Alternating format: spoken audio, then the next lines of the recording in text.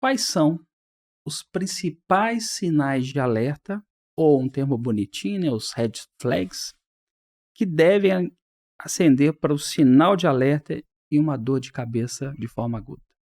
Bom, o neurologista que se preze não pode fazer uma prova de cefaleia aguda no pronto-socorro e não tirar no mínimo 10, né? A gente precisa saber tudo, de tudo, porque cefaleia é um assunto que é dos mais importantes. A primeira pergunta que a gente faz quando atende alguém com cefaleia é se é um caso grave que coloca o paciente em risco ou se é mais uma manifestação de uma doença benigna, por exemplo, como uma crise de enxaqueca.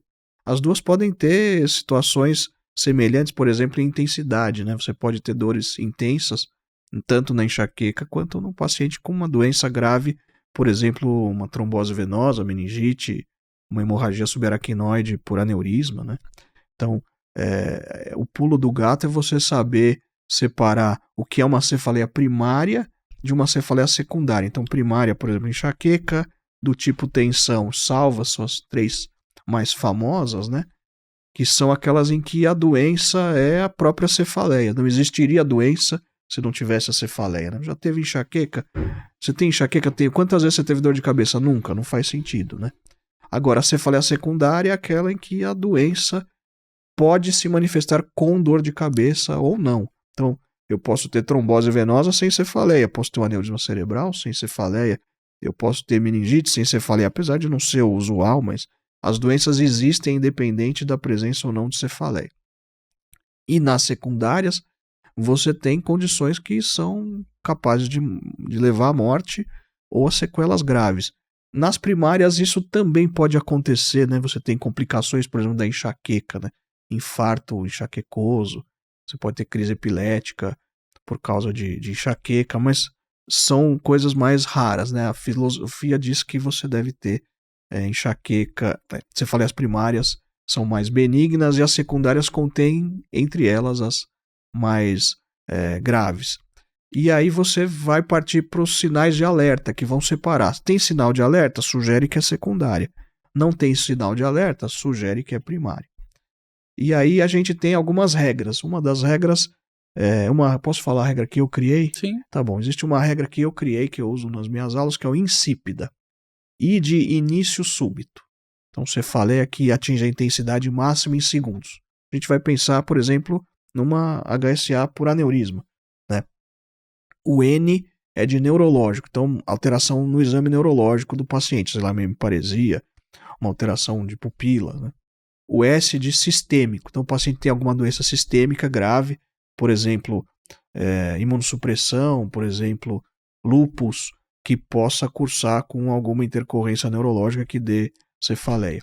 O outro I é de idade, que é idade maior do que 50 anos, alguns lugares consideram 65, então você vai pensar em pessoas com mais idade, pode ser que a dor de cabeça seja uma manifestação de uma metástase cerebral, já que essas pessoas têm mais risco de terem neoplasias, né? Ou então arterite de células gigantes, né? Arterite temporal, a gente já pôs casos, sempre cai na prova de título, a gente já pôs casos lá nos nossos stories da AFIA, né? Depois P de papiledema, né? Que é um sinal de hipertensão intracraniana.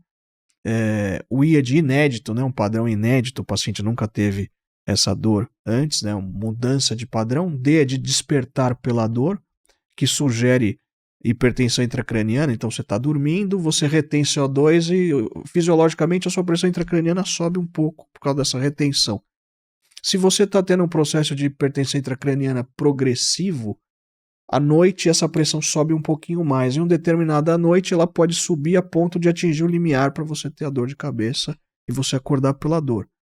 E o A é de anticoagulante, então insípido. Tem a regra do SNOOP 10, que é a regra da Academia Americana de Neurologia, que tem mais ou menos as mesmas coisas, mas ele coloca também posicional, uso de analgésicos, né, uso excessivo de analgésicos, painkiller, puerpério, gravidez, né, período gravídico puerperal, que aumenta o risco de trombose, e em outras condições similares, né? Acho que é mais ou menos então, mas isso. aí, Vitor, aproveitando insípido é até um mnemônico que eu vou lembrar, mas assim, desses aí, o que mais... Pontua 3 aí, o que mais te chama a atenção? Assim, o que mais... Assim, 3 que mais eu fico mais preocupado que o seu paciente cita aí. Bom, o início súbito, sem dúvida, que geralmente costuma ser um dos primeiros que a gente sempre pontua, né? Porque a HSA é uma doença que se manifesta em mais da metade das vezes com cefaleia de início súbito e ela tem uma mortalidade altíssima, né? É uma mortalidade ou morbidade alta também, dos dois, né? Também. Dois Os sobreviventes alta, né? também ficam com um grau de sequelas em bastante porcentagem, né? O outro são as outras condições que dão hipertensão intracraniana. Daí você pode escolher despertar pela dor, piora quando deita, presença de papiledema. Mas uma frasezinha que me incomoda muito no pronto-socorro, quando eu tô no pronto-socorro, e não sei se te dá isso, dá aquele freio na barriga quando o paciente fala assim, Dr. Vitor, essa foi a pior dor de cabeça da minha vida. Esse é o padrão inédito, né, que a gente fala. A pior dor de cabeça da minha vida. Nunca tive uma dor como essa. Deus. E muitos acabam colocando essa como junto com o início súbito. O súbito ou o pior da vida. Da vida, né?